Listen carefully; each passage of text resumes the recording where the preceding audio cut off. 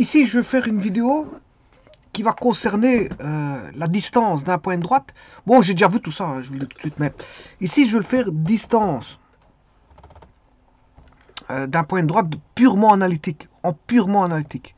Donc, en utilisant purement et simplement distance, donc d'un point à une droite, d'un point de vue purement analytique.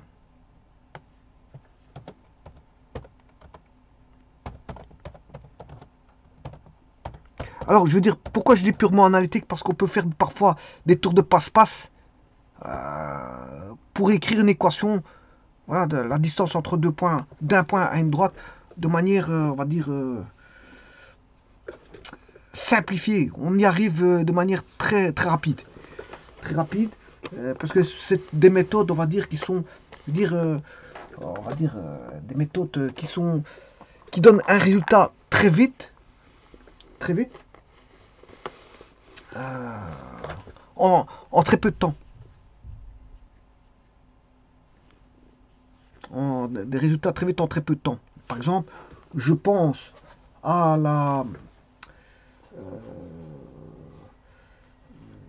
ce qu'on appelle ça, à la droite, normale. Je pense à la droite normale. À partir de la droite normale, on sait trouver facilement une distance. Au niveau vectoriel aussi, on sait trouver une distance assez rapidement. Donc, mais ça, c'est en GAVP. On sait trouver des distances facilement. Bon, maintenant, pour trouver une distance à une droite purement analytique, ça va demander du calcul. Énormément de calcul. Bon, alors, ici, enfin, énormément, non, mais bon, ça va demander du calcul. Pourquoi? Parce que la première des choses, je vais mettre une droite qui est A1, B1, C1 donné par A1X plus B1Y plus C1 égale 0. Voilà. Et alors, voilà, je vais mettre un point qui est en X1, Y1 que je vais appeler point P égale A2, P1, P2.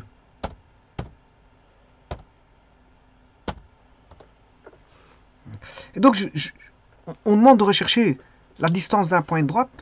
Alors, vous comprendrez que si je mets ceci, par exemple, je vais mettre un curseur. Il existe une infinité de droites passant par P. Une infinité simple parce qu'il n'y a qu'un seul paramètre.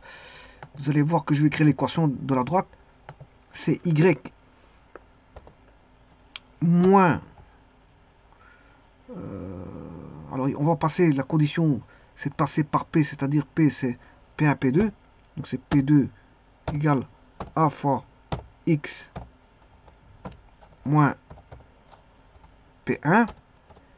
Voilà. Et là, en fonction de A, ben, il y a une infinité de droites qui passe par A. Ben, A appartient à R. Voilà. Ça appartient à R. Bah, ici, j'ai le curseur qui fait pas R, bien sûr.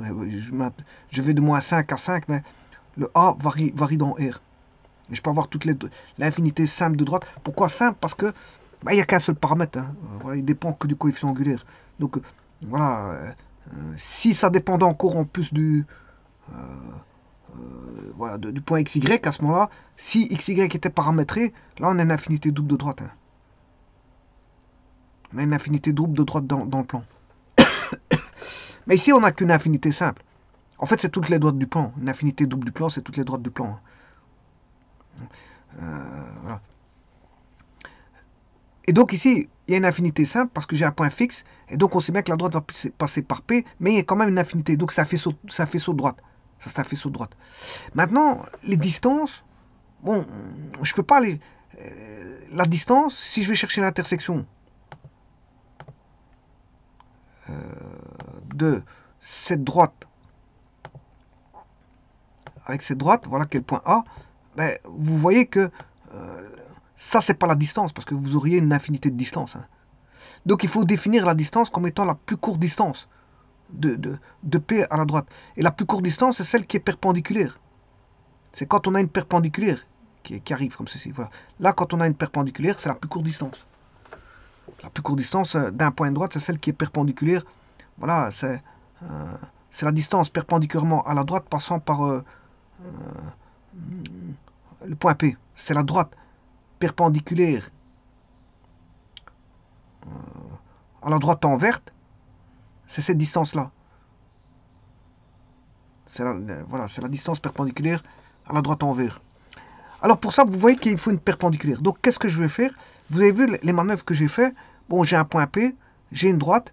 Il faut que je construise une seconde droite qui est la droite bleue. Ensuite, la droite bleue va intersecter la droite verte en un point A. Et puis, une fois que j'ai ça, ben, je peux exprimer le point A et je pourrais sortir le point de vue analytique. Le point de vue analytique de la distance d'un point P par rapport à une droite. Donc je pourrais avoir le point de vue analytique. Alors pour tout ça, vous aurez compris que je vais établir des équations de droite, aller chercher la perpendiculaire, chercher la distance entre deux points et finir par avoir la distance d'un point de droite. Voilà, on va dire ça comme ça. Donc je vais chercher la distance AP entre le point A et le point P, qui va me donner la distance du point P à la droite D.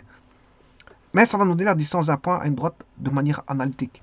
Alors comment? Regardez bien, ici je vais partir d'une droite, la droite en vert que vous avez vue. Voilà, je vais l'appeler, c'est la droite qui est donnée. On veut chercher la distance à cette droite. Or, la distance, la droite elle est connue. Hein, bon, on va dire qu'on a, cette droite c'est A1x plus B1y plus C1 égale 0. Alors si je veux le coefficient angulaire de ça, vous savez que c'est moins A1 sur B1. Mais enfin, bref, si je fais la dérivée par rapport à x de A1x plus B1y plus C1 égale dérivée par rapport à x de 0, ben, vous allez avoir voilà, A1 dx, dx plus B1 qui est une constante, dy sur dx plus dc1 sur dx égale dérivée de 0, ça fait 0. Et donc vous remarquez qu'ici vous allez avoir dx sur dx qui fait 1, on va avoir dc1 qui fait, c'est une constante, ça va dériver d'une constante par rapport à x, ça fait 0. Et on va se retrouver avec b1 y' est égal à moins a1, puisque je le fais passer celui-ci dans le membre de gauche, enfin dans le membre de droite. Y' est égal à moins a1 sur b1, qui est le coefficient angulaire, qui est la tangente de alpha. Ça, c'est tangente alpha. Donc, vous voyez que le coefficient angulaire, que je vais appeler M1, de la droite D, ouais, je vais plutôt l'appeler ouais, D1. Voilà, comme ça, j'ai tous des indices 1, je sais à quoi me fier. Voilà, donc ça, qu'est-ce que j'ai? J'ai le coefficient angulaire de la droite en vert. Alors, pour avoir le coefficient angulaire de la droite en bleu, mais vous savez très bien que c'est une condition, enfin, c'est l'opposé de l'inverse, c'est une condition d'orthogonalité. C'est-à-dire que, bon, je vais chercher la droite D2, qui va passer par le point P. Donc je suis en train de chercher la distance de P à la droite D1. Voilà. Que vaut la distance d'un point P à la droite? Ou distance de P à la droite D1. D1 étant une droite, P étant un point. P, point X1, Y1, c'est un point. Et D1 est une droite. Voilà, c'est des objets. On cherche la distance d'un point et une droite. Voilà. Alors, je vous ai dit que je formalisais la droite bleue. Bon, la droite bleue, je peux l'avoir grâce au coefficient angulaire de la droite verte. Alors, on sait bien que on a M1 fois M2 qui est égal à moins 1. Voilà. Donc, je vais formaliser la droite D2. D2 a pour coefficient angulaire, donc on aura Y moins Y1 est égal à M2 fois X moins X1. Avec, voilà, M2 qui vaut l'opposé de l'inverse de M1. Donc on aura, c'est-à-dire, comme M1 a pour coefficient angulaire moins A sur B, moins A1 sur B1, M2 aura pour coefficient angulaire B1 sur A1, l'opposé de l'inverse.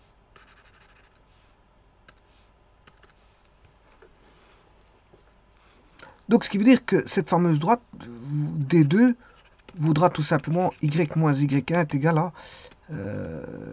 B1 sur A1, x moins x1. Bon, alors, je vois que je pourrais avoir du calcul en faisant ça. Hein. Donc, je vais modifier certaines choses. Je vais tout remodifier parce que c'est vrai que si je parle en termes d'indices, je vais renommer les choses. Bon, à la place d'avoir A1, X1, je vais appeler A, B, C. Voilà, à droite. P, C, X1, Y1. Ça, je vais garder en indice. Et l'équation à la droite, ce sera Y moins. Ça, ce sera D2, qui est égal à B sur A, X moins X1. Voilà, mes trois objets sont là. Trois objets. Donc, ce qui veut dire qu'ici, je vais chercher la distance de P. Je remodèle, si vous voulez, c'est la distance de P à la droite D. Je remodèle parce que sinon, dans mes traitements, je vais avoir trop de A1, B1, C1. Je risque de, voilà, de faire des corrections du fait que je me sois trompé à droite à gauche d'un indice ou tout simplement que je n'ai pas marqué des indices. Donc, qu'est-ce que je vais faire? Voilà, je vais essayer d'éliminer ces indices pour éviter d'avoir une lourdeur au niveau des écritures indicées. Alors, je vais essayer d'éviter au plus possible ces indices.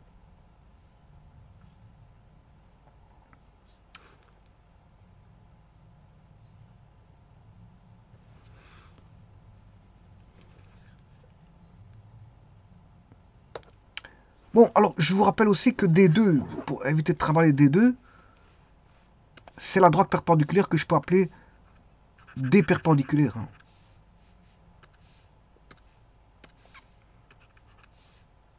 Bon, comme ça, ici, ce que vous avez ici sur GeoGebra, c'est la droite envers. C'est la droite envers, c'est D. Voilà. La droite en bleu, ben, c'est D perpendiculaire. Voilà. Et le point P, ben, il est donné. Voilà, P. Donc, il ne me reste plus qu'à chercher l'intersection. Ben, avant toute chose, je vais former une équation de la droite, une meilleure équation de droite, bon, enfin une meilleure de D perpendiculaire. Donc, je vais travailler sur D perpendiculaire et la transformer. D perpendiculaire, qui est Y moins P2 est égal à B sur A X moins P1. Je peux dire que c'est Y moins P2 est égal à B sur A X moins B sur A P1. Voilà ce qui veut dire qu'on a Y moins P2 est égal à A BX moins BP1. Ce qui veut dire qu'on a A fois Y moins P2 est égal à BX moins BP1. Bien sûr, A différent de 0, hein, parce que sinon, j'aurais pas AX. Voilà, C égale 0 avec A différent de 0. Sinon, j'aurais une droite constante. Hein, c'est Y égale constante. Alors, A, Y moins A, P2 est égal à BX moins BP1. Et j'aurai BX moins AY est égal à moins AY AP2.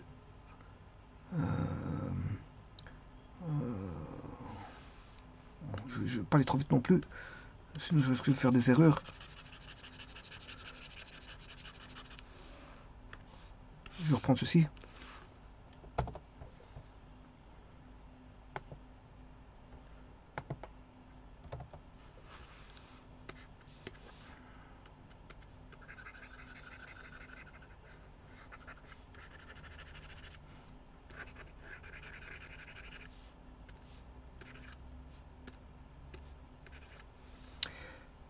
Donc on aura moins AP2 est égal à BX moins AY moins BP1. bx moins ay moins bp1 plus ap2 égale 0, bx moins ay moins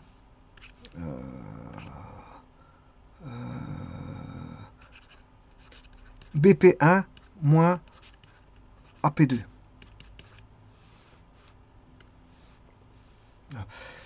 Bon, ça c'est... J'ai retransformé la droite précédente en cette droite-ci. Bon, c'est la même droite, hein. C'est la droite des perpendiculaires. C'est la droite en bleu. Que vous aviez ici, c'est la droite en bleu. Bon, maintenant je peux chercher les intersections par un système d'équations. Donc j'aurai la droite D, ax plus by plus c égale 0, et cette fameuse droite qui est ici, bx moins ay est égal à bp1 moins ap2. D perpendiculaire, c'est bx moins ay est égal à bp1 moins ap2. Alors, elle est facile à retenir, cette droite-là. Pourquoi? Parce que ici, vous mettez B. Alors, le coefficient du point en x, c'est P1. Ici, vous avez du x. Vous mettez le coefficient en x du point. Là, on a coefficient du y. Hein, vous mettez le A. Comme on a y, ben, vous mettez avec le point A en y. Et on a une conservation des signes. Hein. Là, on a un moins. Et là, on a un moins. En fait, ici, c'est x de P1. Et ça, c'est x, y de P. Je m'excuse, c'est pas P. P1, c'est P. C'est le point P. X de P, Y de P. Voilà. Et alors, je vous rappelle aussi que, autre chose, ben, comme on a une perpendiculaire, ben, vous voyez qu'il y a un moins qui apparaît. On a une opposition par rapport voilà, à celui-là. Ici, il est plus. Là, vous allez avoir un moins. Là, il est plus. Là, vous allez avoir un plus. Et une opposition. Voilà, on voit la perpendicularité. Bon. Et donc, j'ai un système d'équations, voilà, à deux inconnus que je vais résoudre tout de suite.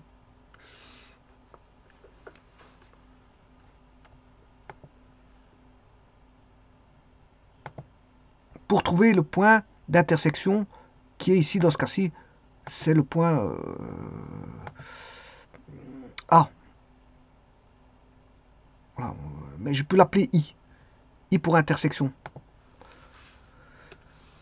Donc là, vous allez avoir le point I. Pourquoi? Parce que I est égal à D inter des perpendiculaires. Bon, on va traiter ça, sachant qu'on va voir I. Hein. Bon, je ne vais pas remarquer chaque fois le I. Simplement, ici, je vais redimensionner. Et essayer d'arranger ça plus proprement.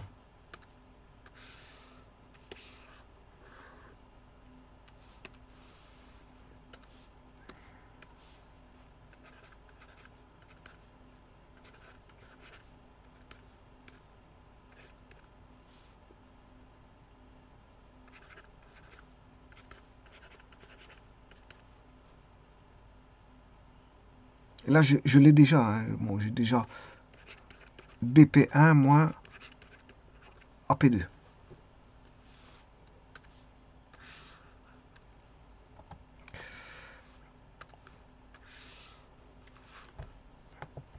Alors, je vais choisir mon mode de résolution, quelque chose qui peut aller très vite.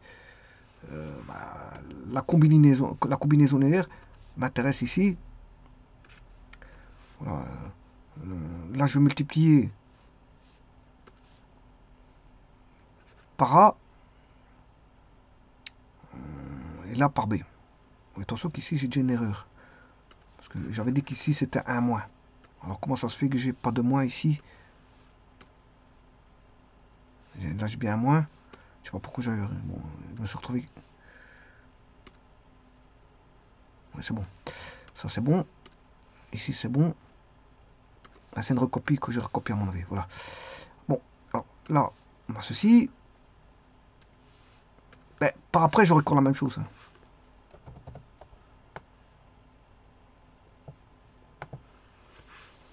Alors si je multiplie par A et par B ici, on va se retrouver avec A carré X plus ABY moins égale moins AC.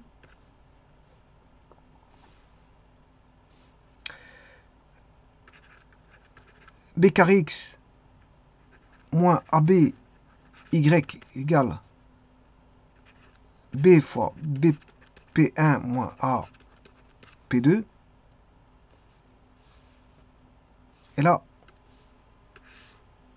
on va trouver, si j'additionne, A carré plus B carré X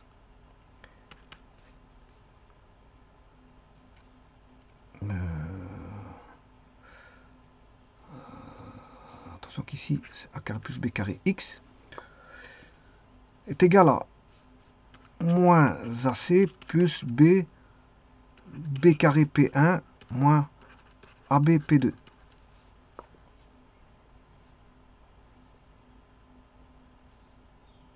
Et donc, là, je peux trouver le X qui vaut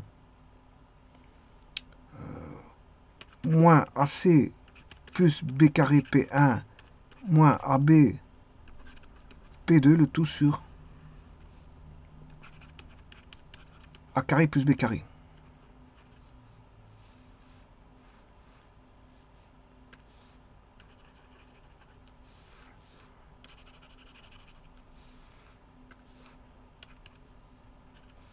Bon, je fais la même chose de l'autre côté. Alors, pour l'autre côté, je vais multiplier par B par moins A. Donc on aura ABX plus B carré Y égale moins BC moins ABX plus A carré Y est égal à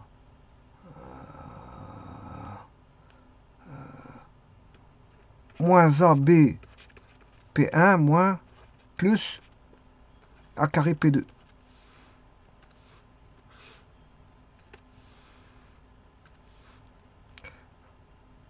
On aura 0x ici, A carré plus B carré Y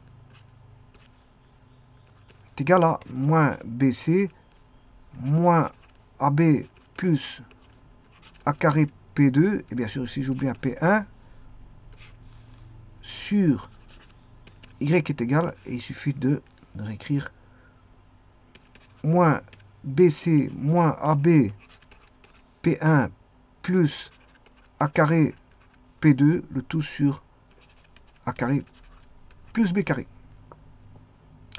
Et voilà mon point d'intersection, il est là. Donc j'ai mon point, si vous voulez, mon point A que je vais appeler I ici, hein, c'est mon point I. Bon, je vais vite le changer ici. Je vais le faire là, intersection.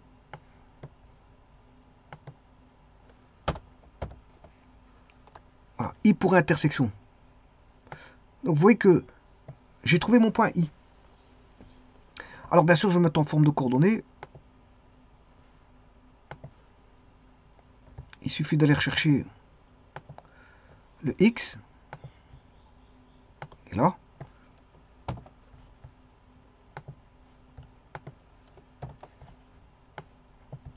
Et le Y.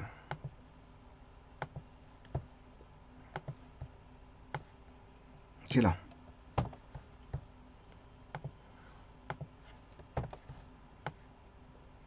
Bon, je vais faire un petit nettoyage. Et ça, c'est le point I. Le coordonnée XY donné ici.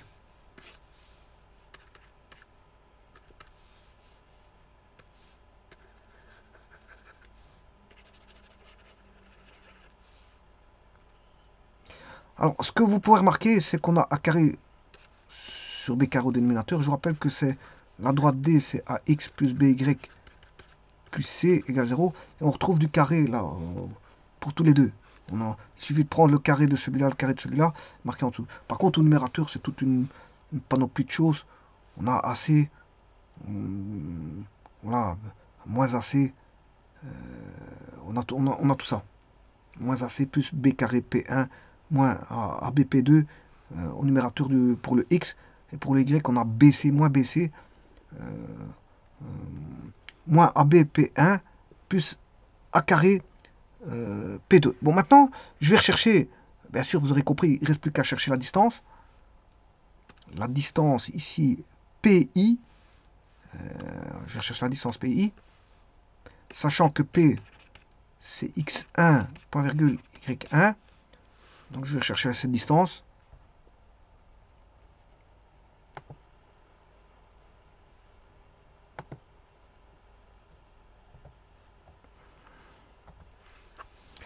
Donc, on aura une racine carrée à prendre en compte.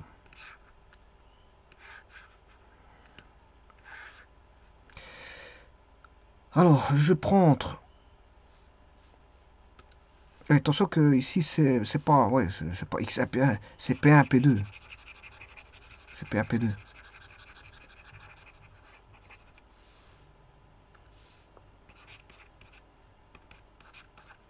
Bon, on y va. Donc, X moins X1, je prends celui-ci, X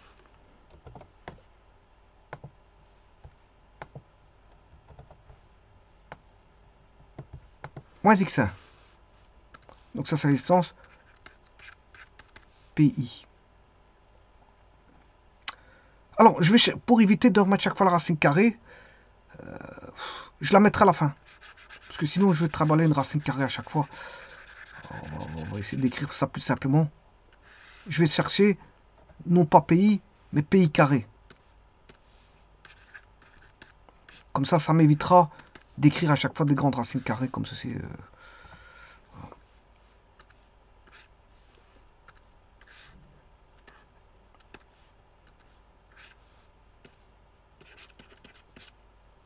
Alors, ceci, c'est au carré, plus la même chose de l'autre côté. On aura moins P2, et je vais rechercher le Y.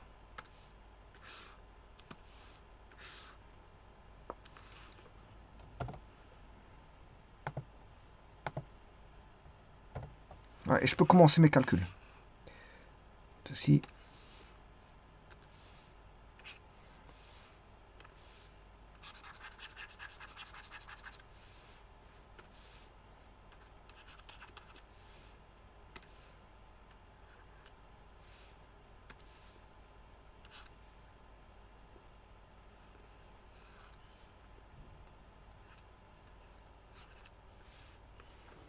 Voilà la distance, mais c'est pi carré. Voilà, je vais avoir pi carré. Alors, la première chose à faire, je vais mettre au même dénominateur. Donc, j'aurai moins... Alors, il suffit de recopier. Hein.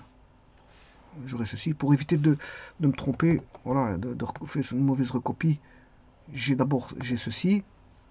Simplement, là, on aura moins P1 A carré plus B carré, tout simplement. Voilà, sur A carré plus B carré. Voilà, bien sûr, le tout carré.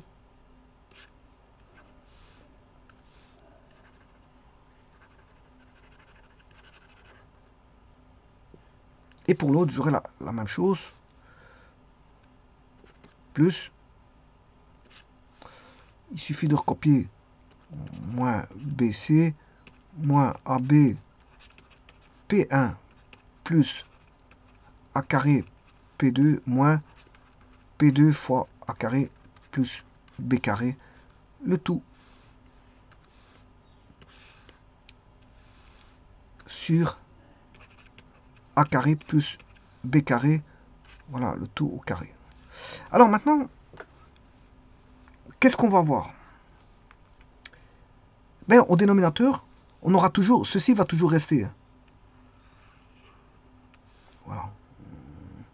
Il va toujours rester. Voilà.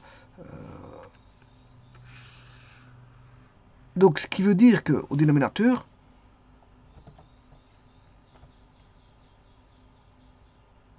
j'aurai ceci.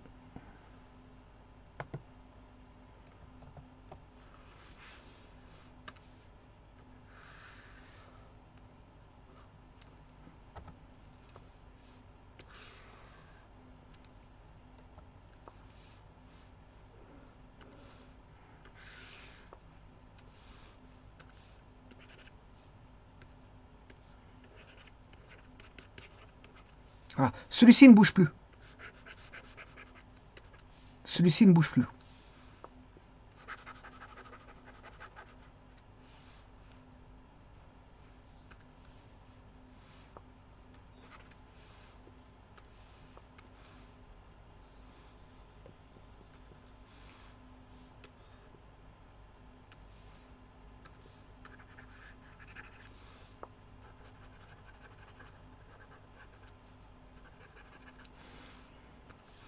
Donc les dénominateurs, bon, il a été trouvé, hein. C'est fini. Donc ce qu'il faut traiter, c'est le numérateur. Je vais traiter le numérateur. Donc je vais me passer du numérateur, du dénominateur. Je reviendrai le rechercher par après. Ce qu'il faudra traiter, c'est juste ceci.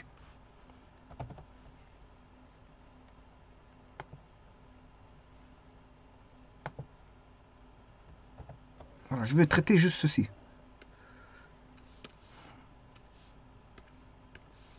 Pour éviter les écritures, hein, voilà, on va dire ça comme ça. Bon, je peux y aller. Donc on a moins AC plus B carré P1 moins AB P2 moins P1 A carré moins P1 B carré pour le premier, voilà, le tout carré, plus moins BC moins AB P1 plus A carré P2 moins P2 A carré moins P2 B carré, bien sûr, au carré. Alors là, il y a déjà une première simplification, puisqu'on voit qu'on a B1 carré moins P1 P1 carré. Idem ici, on a A carré P2, P2 A carré. Voilà ce qui fait en sorte qu'on a déjà... qu'est-ce qui nous reste? Moins AC, moins AB, P2, moins P1 A carré, au carré, plus moins BC, moins AB, P1, moins... Il ne reste plus que 3 termes. P2, B carré, le tout au carré. Alors, qu'est-ce qu'on remarque on peut mettre en évidence? Je dirais même moins A. Hein. Je vais mettre moins A en évidence. On a, à ce moment-là... oui, attention que c'est un carré.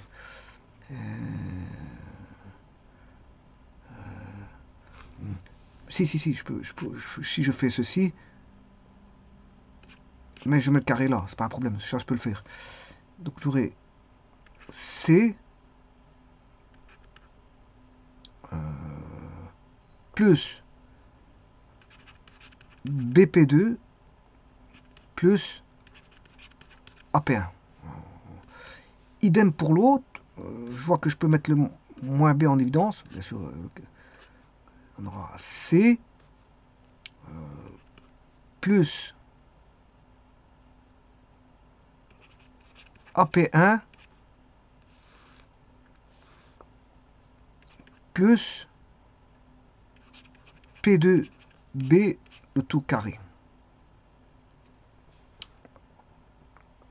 Alors, maintenant je peux développer le carré. Voilà. Donc en fait ce sera moins A au carré BP2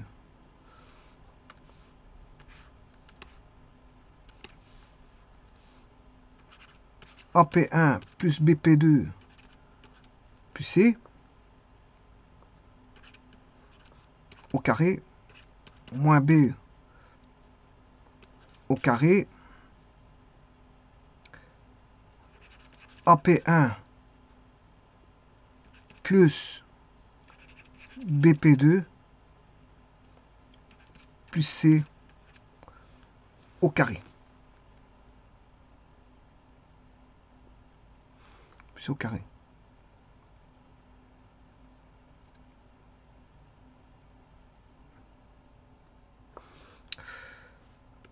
Bon, alors, ici, quand j'ai mis au carré ici, voilà, j'ai mis au carré ici, le dénominateur doit être au carré, bien sûr. Hein.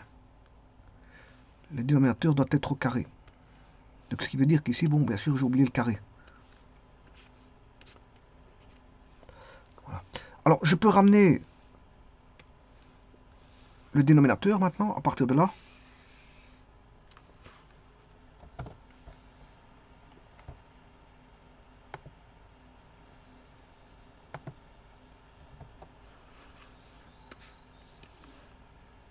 Alors, moins A au carré, ben, ça fait A carré.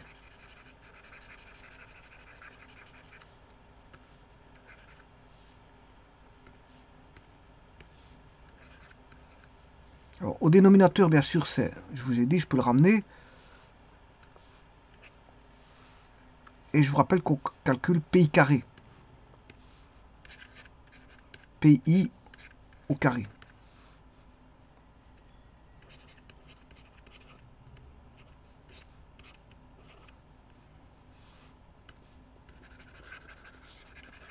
Moins B au carré, c'est B carré.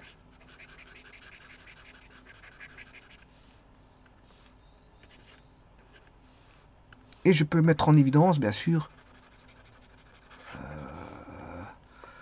AP1 plus BP2. Donc j'aurai A carré plus B carré pour PI au carré est égal à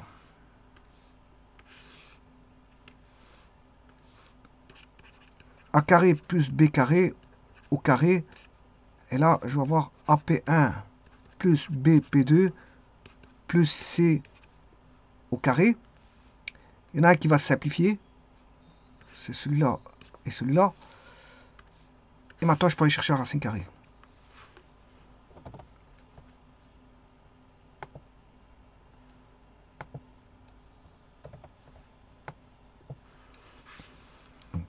Il se simplifie. Donc celui-ci n'est plus présent.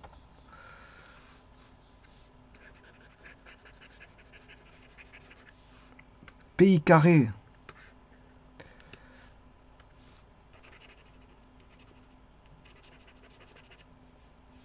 Alors, je rappelle qu'ici il y a un carré. Attention à ça. Ici il y a un carré. Donc je cherche PI. C'est la racine carrée de ceci.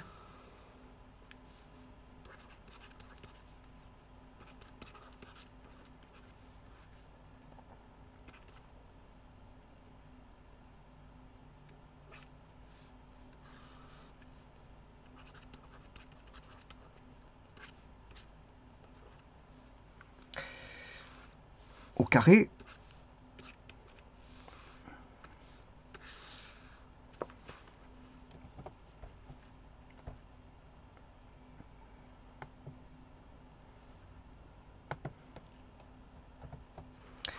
Alors, je peux scinder. Alors, celui-ci, il est toujours positif. Hein. Il est toujours positif. Donc, à ce moment-là, je peux retirer la racine carrée, A carré plus B carré. Et au-dessus,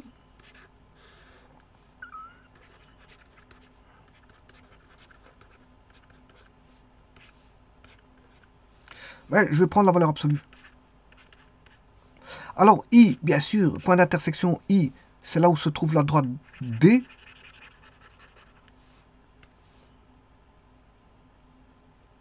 C'est là où se trouve la droite D, perpendiculairement. Donc c'est distance. Là, je reviens à la distance.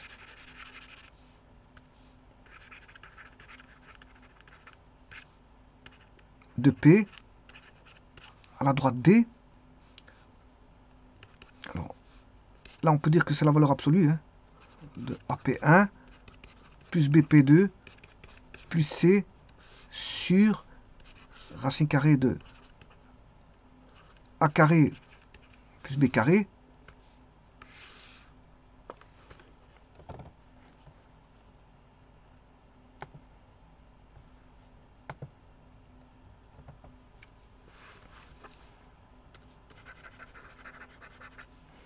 Alors, maintenant, je vais le faire avec une généralisation. Donc ici, on a une droite D à X plus BY plus C égale 0. Et un point P, X1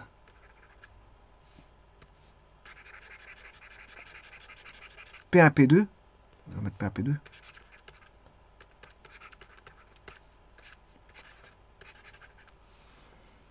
Eh bien, P1, P2, c'est les coordonnées du point P. Et A, ça c'est l'équation de la droite.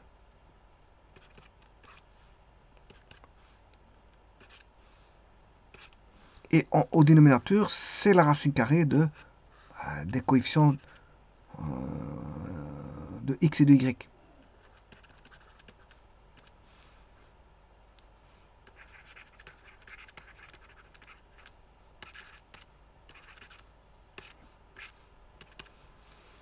Alors, petite discussion sur ça.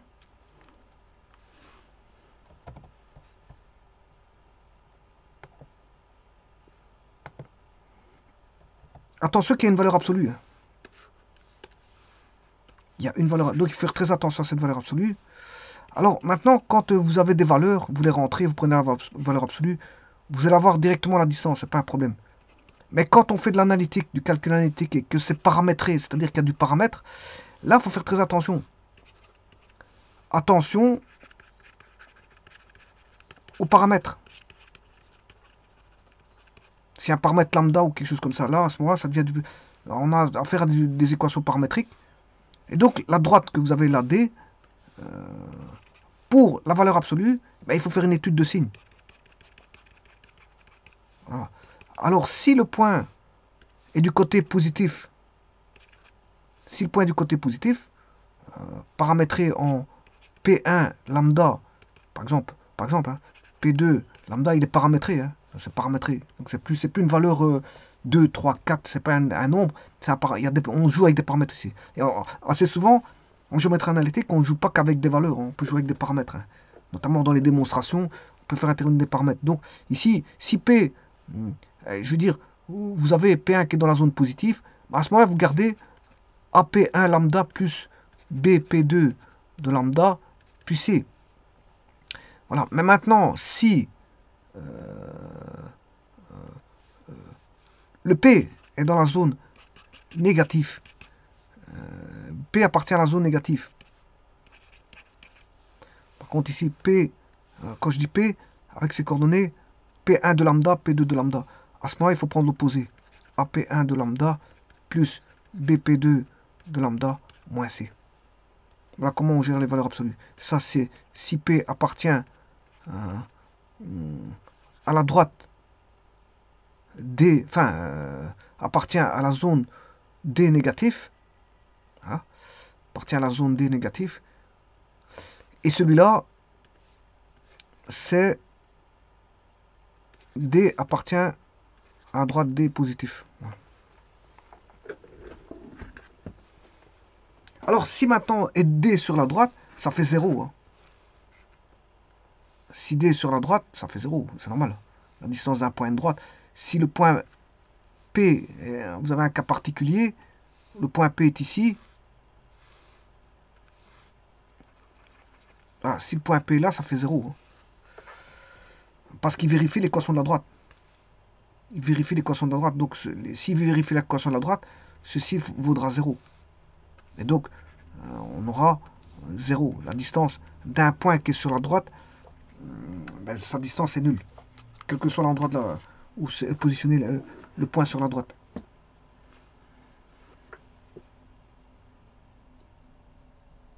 Je vous remercie.